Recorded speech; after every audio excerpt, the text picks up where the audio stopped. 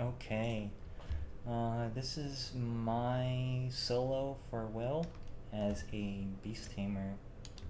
So, um, before you go in, make sure you have uh, your healing page set up. Um, but only switch into it for P2 and then like switch back for P1 and 3. So, um, yeah, let's just get right into it. I don't think I have anything to say. Um, for P1, for the first burst, you'll want to buff up a little bit before going in, but this might change. A new age or KMS test server just released will changes, so that test doesn't happen on a timer anymore. But for now, this is how I do it. So you can split burst pretty easily by doing tornado on one side and then plane on the other. And because Team Roar is an iframe, you're going to generate Moonlight pretty easily. So you don't really have to work for your first switch. It's pretty nice. Personally, well, I don't have G skills right now, but it's a little hard to 1-1-1 as Beast Tamer because we don't have like 2 consistent DPM. I get around it by ring swapping. But yeah, it's gonna be way more common to like 1-2-1 or something like that.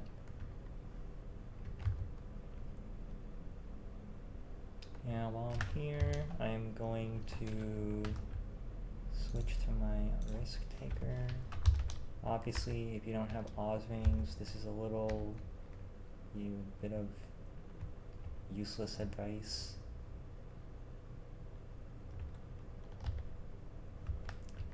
Reason I use Risk Taker very extensively in this phase, in this boss, is because Will has groggy states that you can get free damage off without having to get hit and having your Risk Taker cancel. But I'm also liberated, so I can squeeze out 10 more seconds. Right now I don't have bind, so I don't have that, but yeah, I do have this nice iframe to breathe more Risk Taker duration off. And that's how I usually find my rhythm. I burst P1 segment 1, off burst segment 2, then I burst segment 3 again, even though I have a 3-minute cooldown. Oops, I've just been mindlessly hitting. I might have to plane. Am I gonna make it?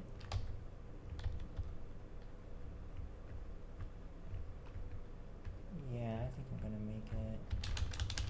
I hope so.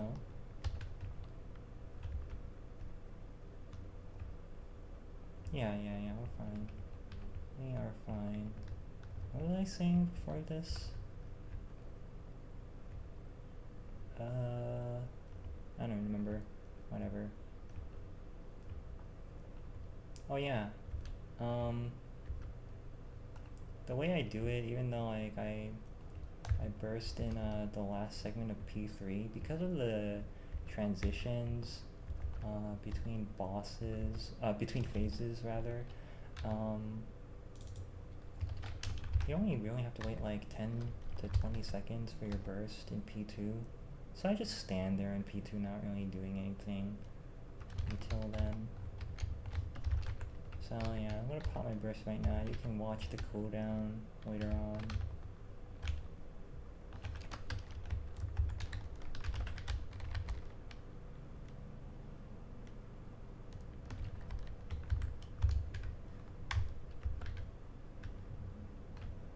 Oh my god.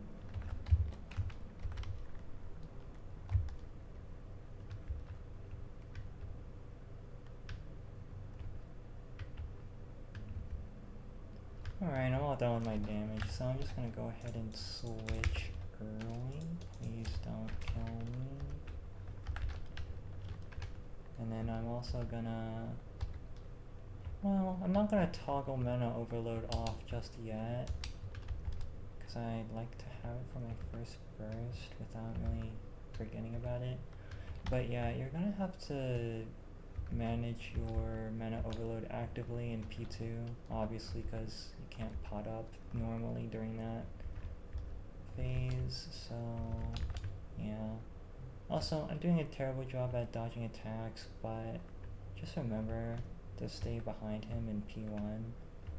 Like, stay on top of him, stay in the center of the screen so you can always move behind him when he TPs to you and casts Tornado. That's pretty much it.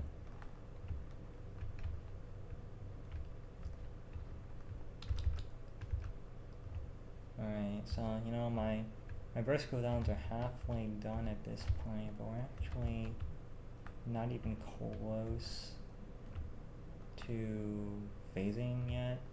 There's still a lot of time between, you know, the test itself, and then waiting for Will to get angry, and then the animation thing. So my burst cooldowns are coming back already.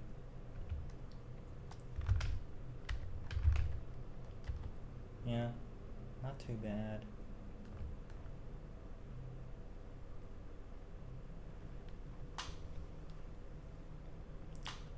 Obviously, I showed you a 1-1-1 rhythm, so if you have a different rhythm, you're gonna have to disregard any tips I gave about burst timings and whatnot. Just try to remember, like, the other tips.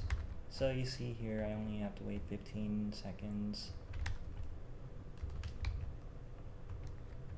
And I don't really care about trying to damage him now. In P2, it comes down to you don't always want to be behind him because he does do fake attacks. Just like keep an eye on his feet. If you sense movement on the top half but not in the bottom half, then he's gonna do a fake attack. Oh my god. Please. Oh my god. Okay. I need to chill out.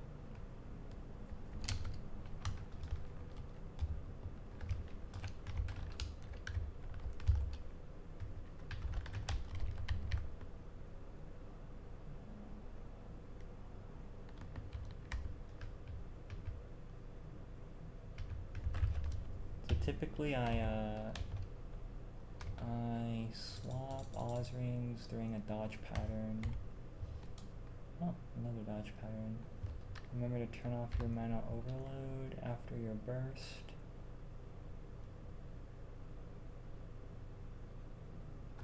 Cool. Another dodge pattern.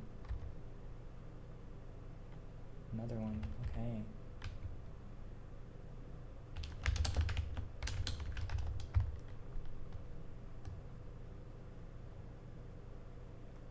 A nice thing you can do in Will P2, because you really like to have both sides of Will accessible, so you can be in front of him or behind him at will, or whenever you want. But he dashes around, right? But BT can deal with that by dragging him back, because he moves around, and you know, we can do that. So, oh, okay, he's just zipping around. So yeah, really nice to have this tool in our back pocket.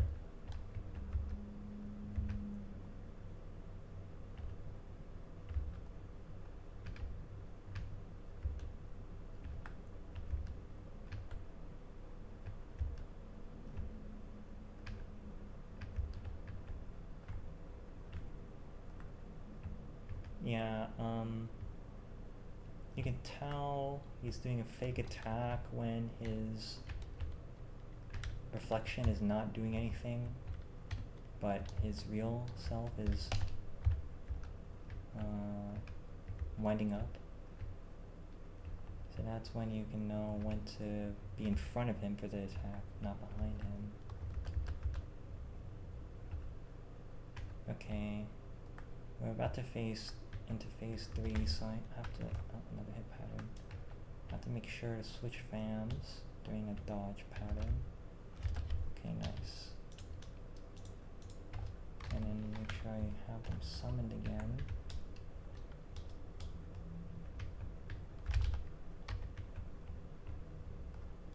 And then make sure I turn the mana overload back on. Okay, we should be good. Oh, I almost forgot. I'm gonna switch back into Roar. Okay, and it's time to phase. So P3, you really wanna up your hands in P3. You wanna dodge as many attacks as possible so that you don't web out too soon. I would focus mainly on dodging the spider attacks, and then leave the leg dodging to like at your earliest convenience, but don't worry if you can't do it. The push attacks from Will is what you really need to be wary of. That's what really matters.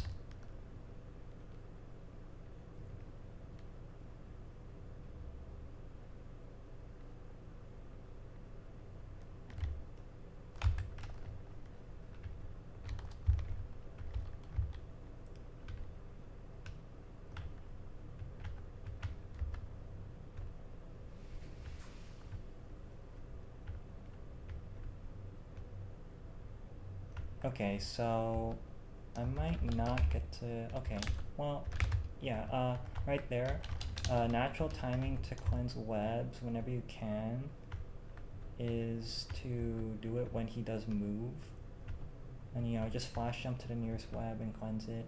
But when you come back, you have to usually double flash jump because, well, I killed him too quickly there, but when you come back, he's probably going to start winding up a push attack or something, so just double flash jump on the way back.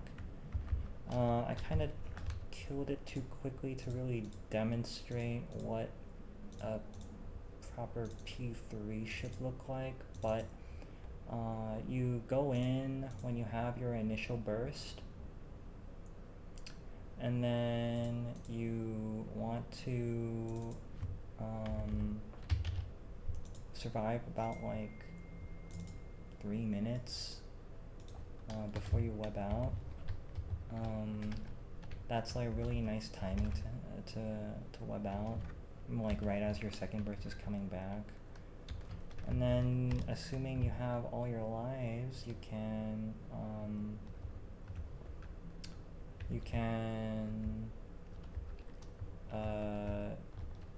stall until you can get your third burst in, and ideally you would kill it within 3 bursts. If you don't, then it's a little sus.